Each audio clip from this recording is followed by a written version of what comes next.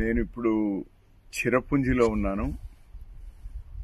దేశంలోనే అతి తక్కువ వర్షపాతం కురిసే రెండవ జిల్లా అనంతపురం ఇప్పుడు సత్యసాయి జిల్లా నుండి వచ్చిన వాడిని. కరువు అనేటువంటిది అందులోనే పుట్టినాం, అందులోనే పెరిగినాం, అక్కడనే కాలగర్భంలో కలుస్తాం. అక్కడికి చిరపుంజికి అనునిత్యం ఇది 3వ రోజు. నేను ఇప్పుడు కూడా డ్రిజిలింగ్ పడుతూనే ఉంది, చిన్న చినుకులు పడుతూనే ఉంది. 365 రోజులు వర్షం వస్తుంది.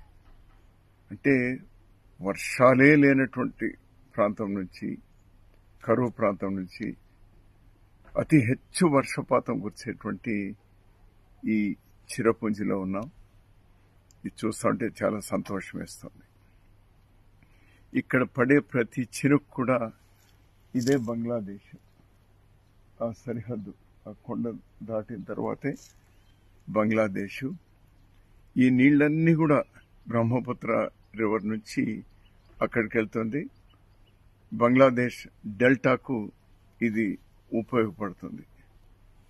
భగవంతుని నేను కోరేది, ఆ వర్ష దేవతని నేను కోరేది, ఈ వర్షం కరువు ప్రాంతాల్లో, మా రాయలసీమ లాంటి ప్రాంతాల్లో కూడా సమృద్ధిగా రావాలని నేను ఆ వర్ష దేవతని కోరుతా ఉన్నాను.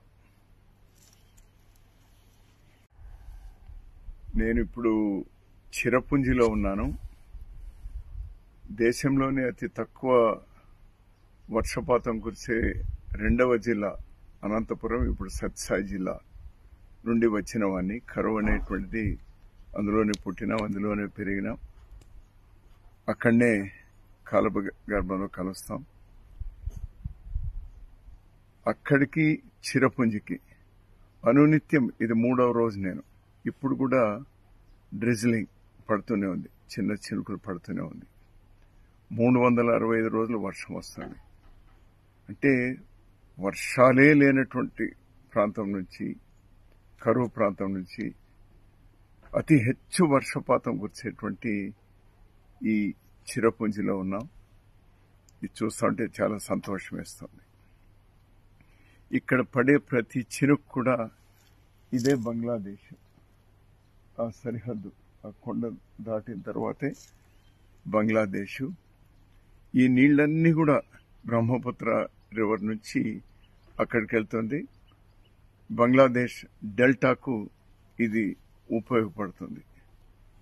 భగవంతుని నేను కోరేది, ఆ వర్ష దేవతని నేను కోరేది, ఈ వర్షం కరువు ప్రాంతాల్లో, మా రాయలసీమ లాంటి ప్రాంతాల్లో కూడా సమృద్ధిగా రావాలని నేను ఆ వర్ష దేవతని కోరుతా ఉన్నాను.